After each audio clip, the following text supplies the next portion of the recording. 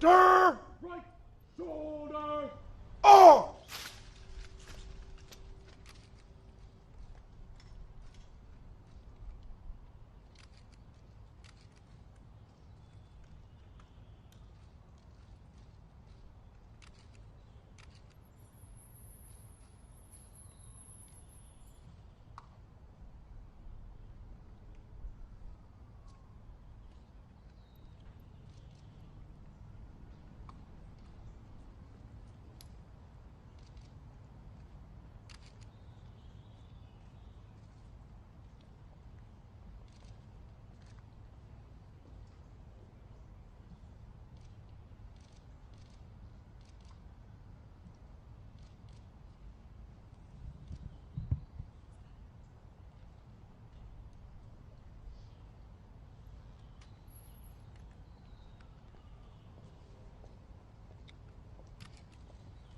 The wreath ceremony is now complete.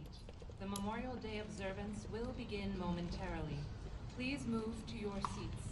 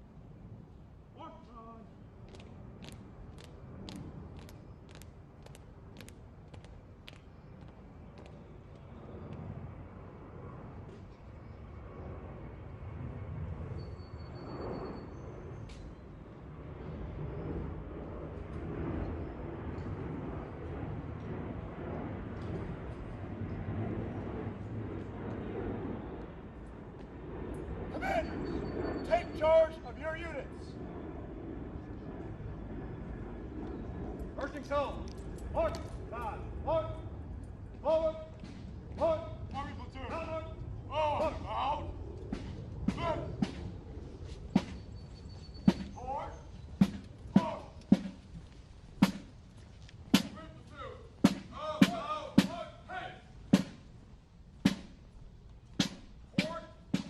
Forward. Aim platoon. Outbound. Haste.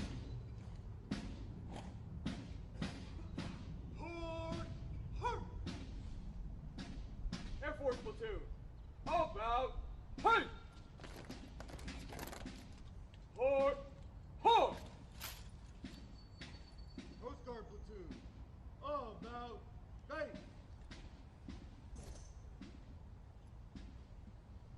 Forward. On.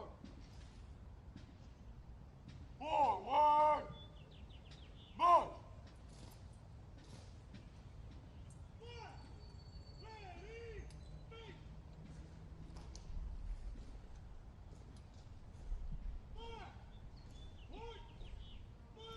Forward! Hurt! Forward! March!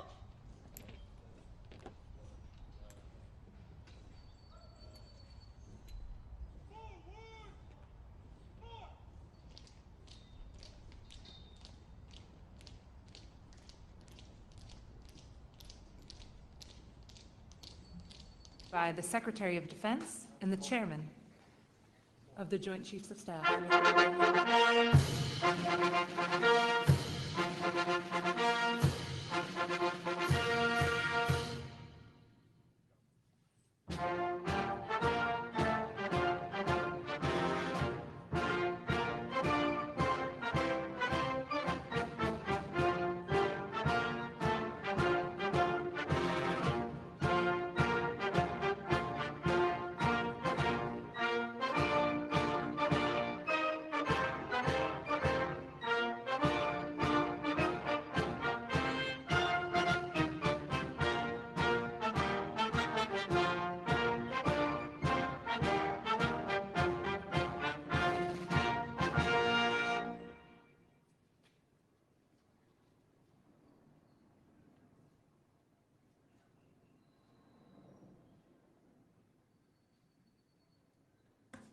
Distinguished guests, Chaplain Colonel James Foster, Command Chaplain, Joint Task Force, National Capital Region, and the United States Army Military District of Washington.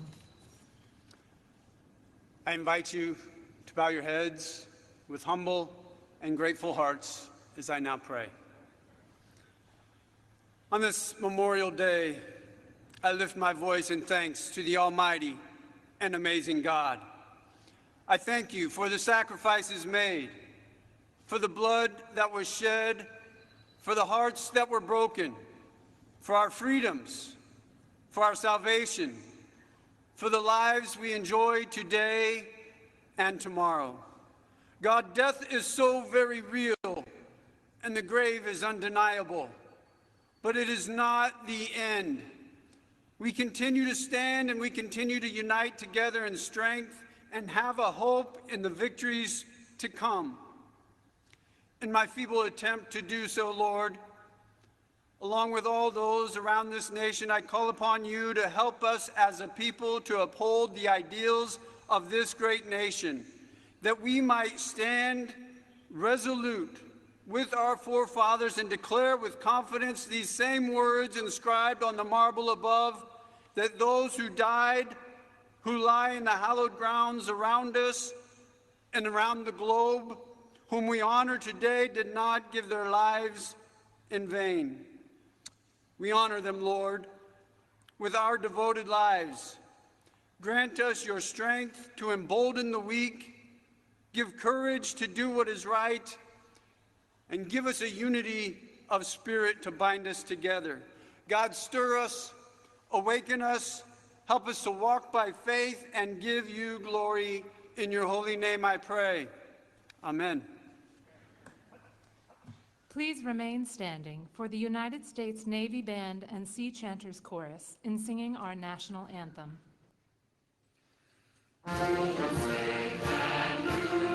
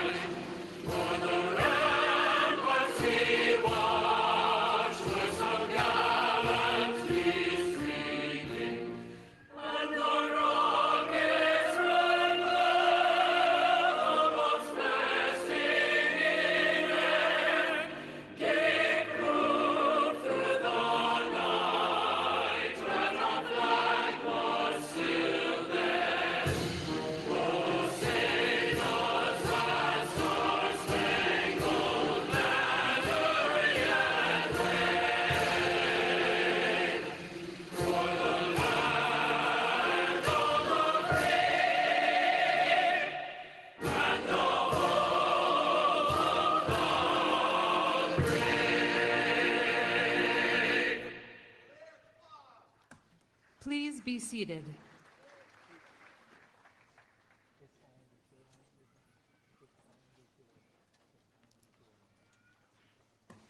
Distinguished guests, General Mark Milley.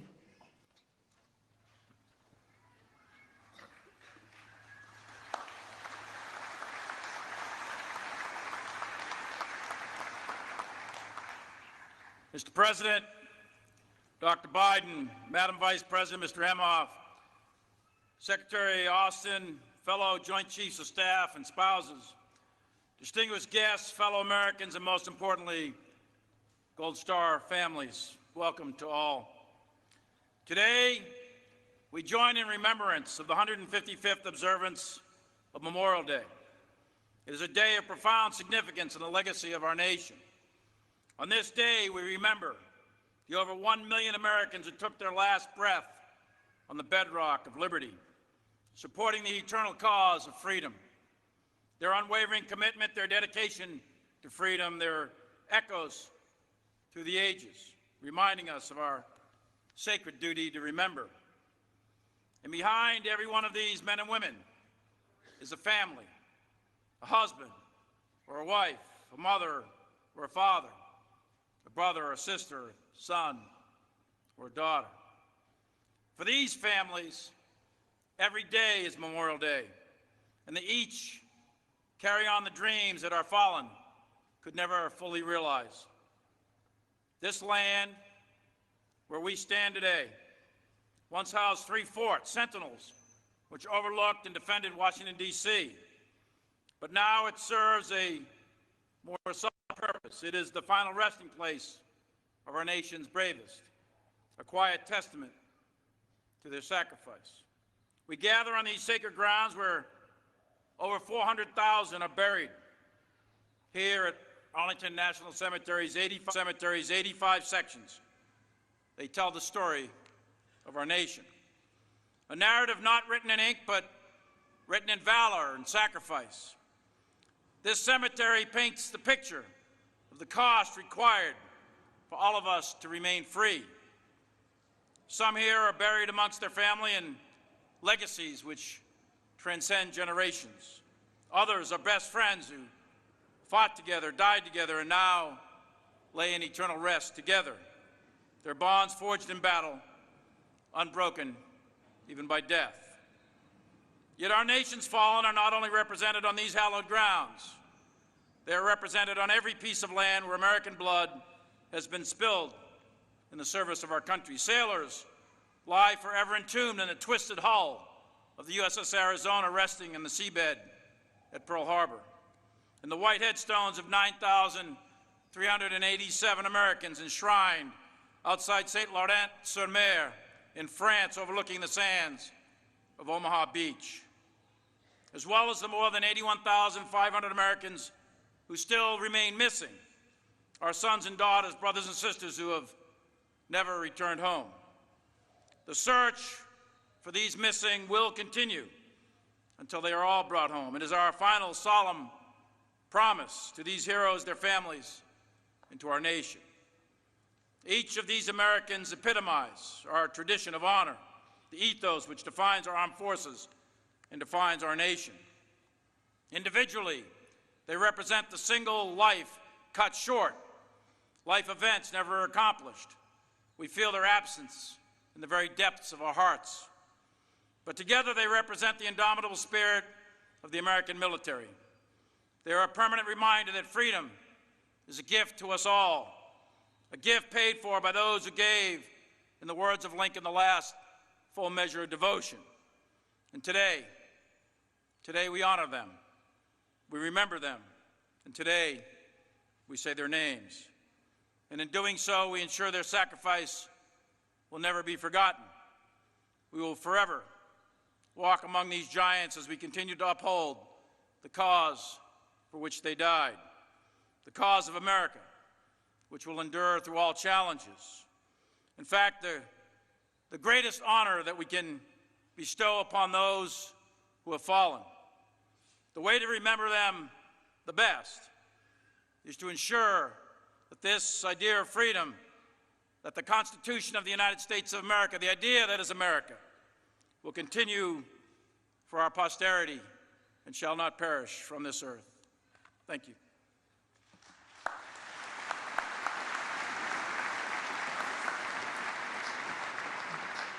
Distinguished guests, the United States Navy Band and the Sea Chanters Chorus will perform "This Land Is Your Land."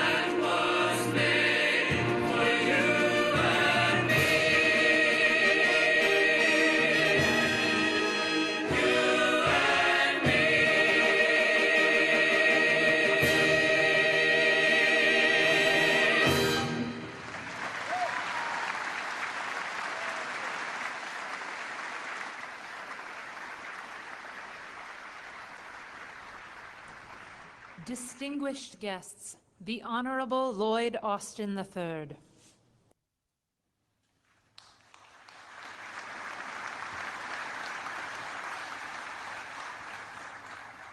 Well, let's give the band and the chorus another round of applause. That was absolutely outstanding.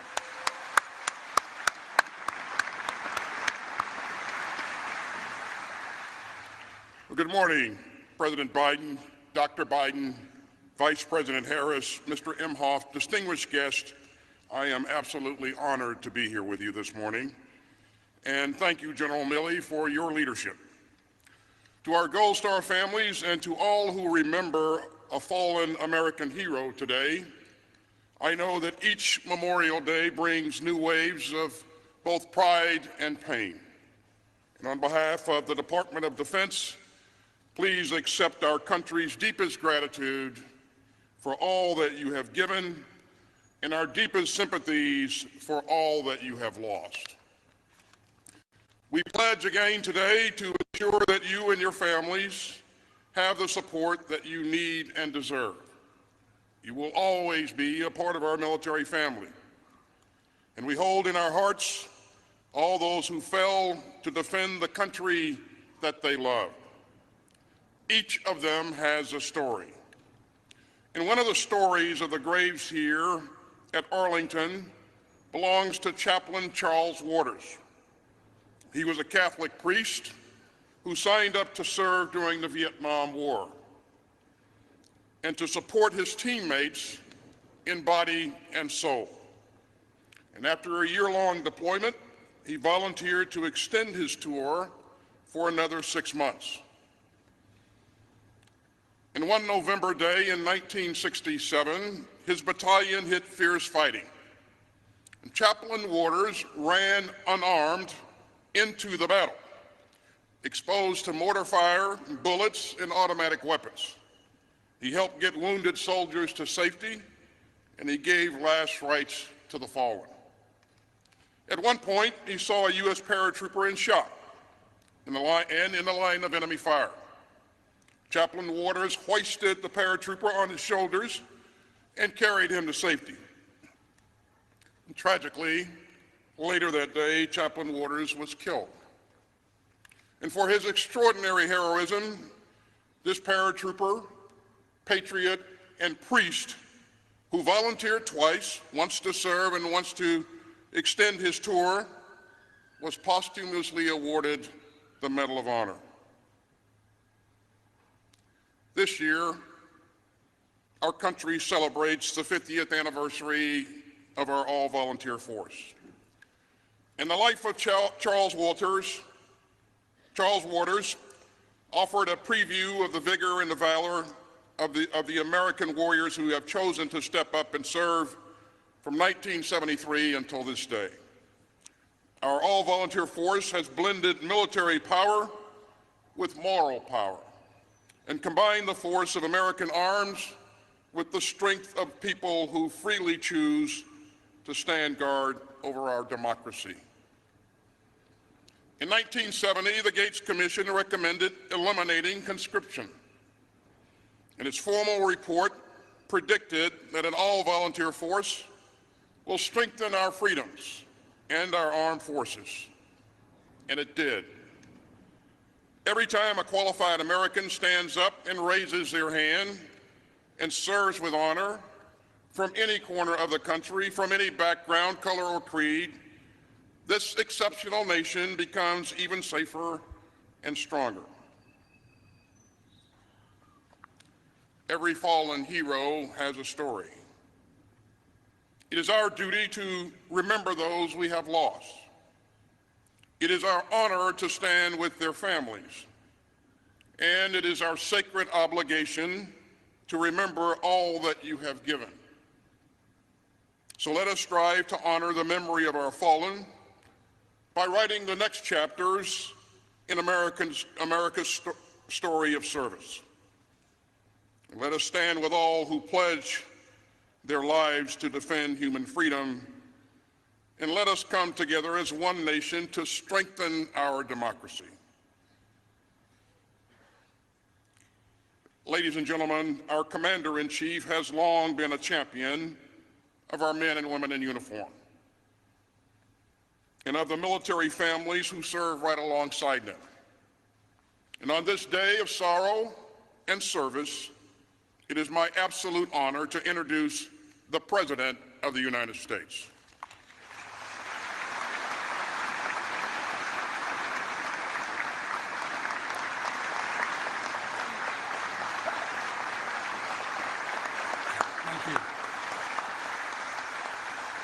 Thank you, thank you, thank you. Please. 155 years ago, retired Union General James Garfield spoke here at Arlington, marking our nation's first Memorial Day.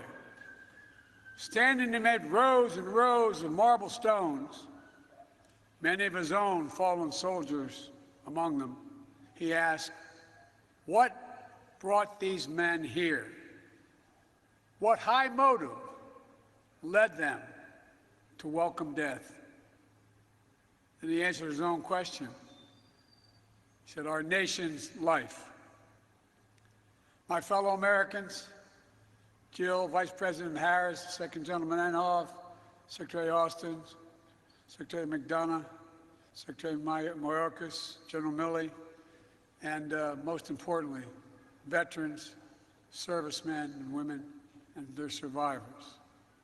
Today, we once again gather in this sacred place at this solemn hour to honor fallen heroes. To once again stand amid the rows and rows of marble stones and bear witness to the brave women and men who served and sacrificed for our freedom and for our future. Those who died so our nation might live. Every year, as a nation, we undertake this rite of remembrance. For we must never forget the price that was paid to protect our democracy. We must never forget the lives these flags, flowers, and marble markers represent. A mother, a father, a son, a daughter, a sister, a spouse, a friend, an American. Every year we remember. And every year, it never gets easier. To all those here and across the nation who are grieving the loss of a loved one who wore the uniform, our Gold Star families, to all those with loved ones still missing and unaccounted for, I know how painful it can be, how it can rip open that black hole in the center of your chest you feel like you're just sinking into. Bringing you back to that exact moment you heard that knock on the door or the telephone ring. The exact moment you had to tell your children that mom or dad would not be coming home. The hurt is still real. It's still raw. Tomorrow marks 8 years since we lost our son, Bo. Our losses are not the same. He didn't perish in the battlefield. It was cancer that stole him from us a year after being deployed as a major in the United States Army National Guard in Iraq. As it is for so many of you, the pain of his loss is with us every day, but particularly sharp on Memorial Day. Still clear. Tomorrow is his anniversary. But so is the pride Jill and I feel in this service, as if I can still hear him saying, "Dad, it's my duty, Dad. It's my duty. Duty." That was the code my son lived by, and all those you lost live by. It's the creed that millions of service members have followed from the fields of Yorktown to the shores of Normandy, to the rice paddies of Pusan, to the valleys of Kandahar, to the mountains of Sinjar and beyond. Many of whom never returned home. Throughout history, these women and men laid down their lives, not for a place or a person or a president, but for an idea, unlike any other idea in all of human history. The idea of the United States of America. This sanctuary honors that sacrifice, and tells their stories. And in turn, it tells our story, the American story, the story of the patriot who died to deliver a nation where everyone is entitled to certain inalienable rights, among them life, liberty, the pursuit of happiness. The story of hundreds of thousands of soldiers who shed their blood to make these words real.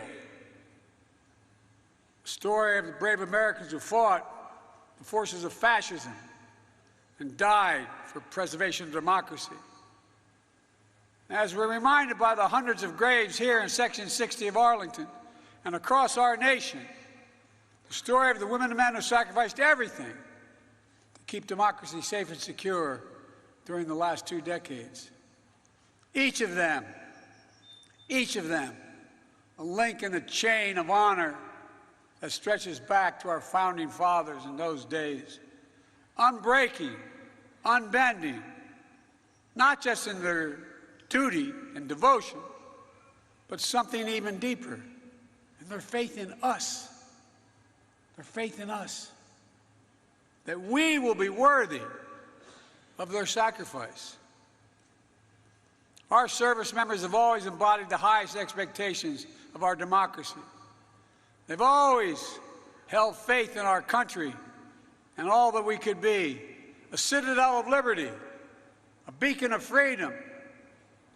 For our democracy is our strength, the wellspring of possibilities, and the source of endless renewal. It's how we've been able to constantly change and adapt through the centuries. It's why we've always emerged from every challenge we face stronger than we entered it. It's how we come together as one nation, united. And why there's nothing we can't do in America when we do it together. It's a truth we celebrate this year as we mark 75 years of a desegregated military, 75 years of women's full integration, 50 years of an all-volunteer force. Throughout the annals of history, our troops have fought for our democracy, and if necessary, died for it. Today, their service and sacrifice, and that of their families, that goes far beyond those silent stones out there. We see in the strength of our NATO alliance, built from the bonds that we forever forged in the fires of 2 world wars. We see it in the troops still standing sentinel on the Korean Peninsula, preserving peace side by side with our allies. We see it in every base, every barrack, every vessel around the globe where our military proudly serves and stands as a force for good in the world. And just as they've kept the ultimate faith to our country, to our democracy, we must keep the ultimate faith to them. As a nation, and people have heard me say this for a long time, as a nation, we have many obligations. But I believe in every fiber on my being, we have only one truly sacred obligation: to prepare those we send into harm's way and care for them and their families when they come home and when they don't. It's a sacred obligation, not based on party or politics, but on a promise to unite all of us. There's nothing more important, nothing more sacred, nothing more American.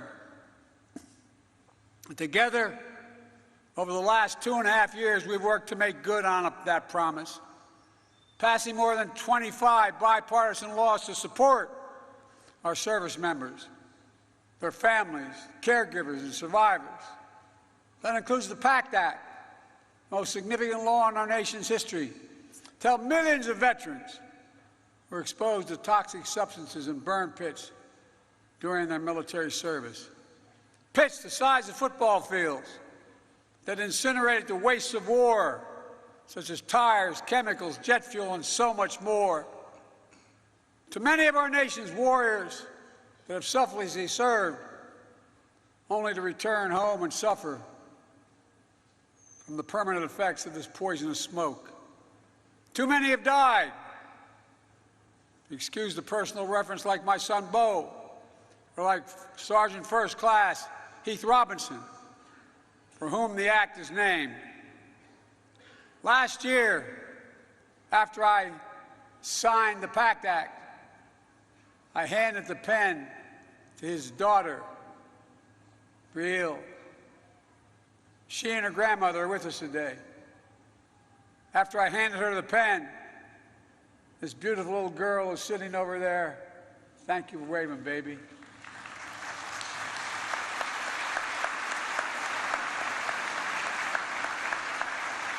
We lost half of her world, her whole world, held the pen in her hand, and looked at me and said, "Thank you for my daddy. Thank you for my daddy." God love you, honey. But I don't think she was just thanking me. She was thanking all of us. Everyone who fought so hard, who came together to keep our promise to our veterans, to keep the faith with our heroes. On this day, we come together again to reflect, to remember, but above all, to recommit to the future our fallen heroes fought for. That generation of service members who died for a future grounded in freedom, democracy, equality, tolerance, opportunity, and yes, justice. We use those words all the time. But we've seen of late, here and around the world, that they have to continually be fought for. Not just for some, but for all. This is more important than just our system of government. It's the very soul of America. A soul that was forged by our nation's first patriots. A soul that triumphed over trials and testing less than a century later. A soul that endured because of the sacrifice of generations and generations of service members ever since.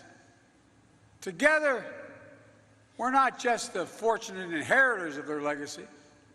We must be the keeper of their mission, the bearers of the flame of freedom that kept burning bright for nearly 247 years. That's the truest memorial to their lives. Our actions every day to ensure that our democracy endures, our Constitution endures, and the soul of our nation, our decency, endures. Ladies and gentlemen, 155 years ago, our ancestors stood here and asked themselves, what brought our heroes to this hallowed ground? What high motive led these brave souls, as General Garfield said, to welcome death? Today, we must ask ourselves, what can we do? What must we do to uphold the vision for which they lived and which they died? Today, it's on all of us, to ensure that sacrifice was not in vain, to keep working toward a more perfect union, one where all women and all men are created equal. We're the only nation in the world built on an idea. Every other nation is formed based on things like geography, ethnicity, religion. We're the only nation in the world built on an idea that we're all created equal. We haven't always lived up to it, but we've never walked away from it. And today, standing together to honor those Americans who dared all and gave all for our nation, we can say clearly, we never will. God bless all those who gave their lives so our nation might live. God bless their families. And may God protect our troops today and always. Thank you.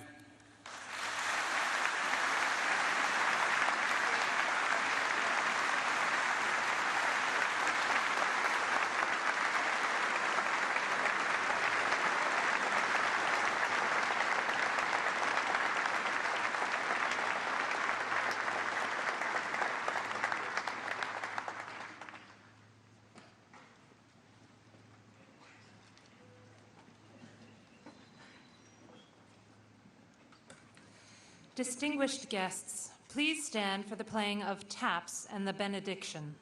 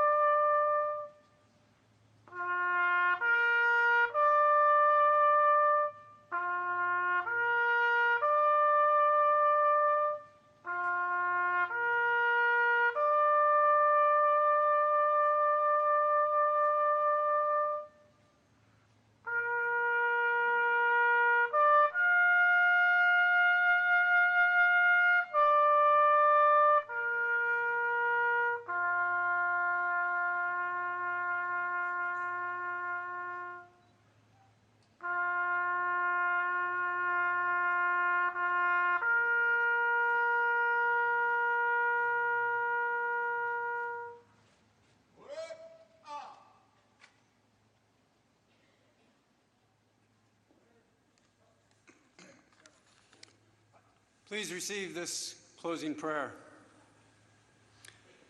God, those were such solemn tones that mean so much to us as a nation.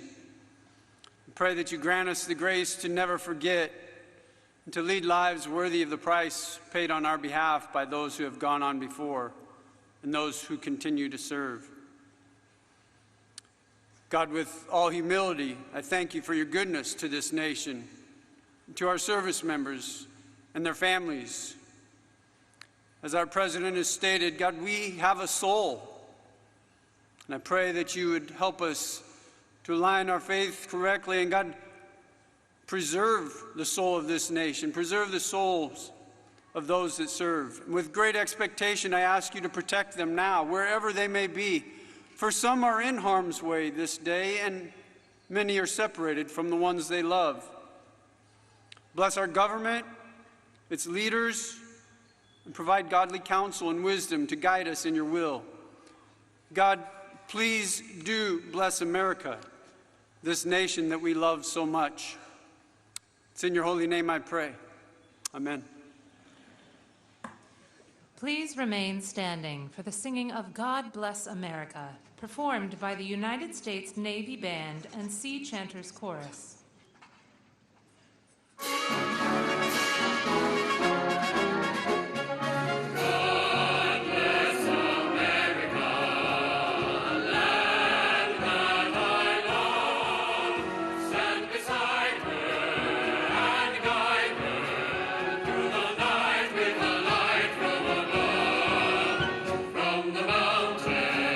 To the prairies, to the oceans,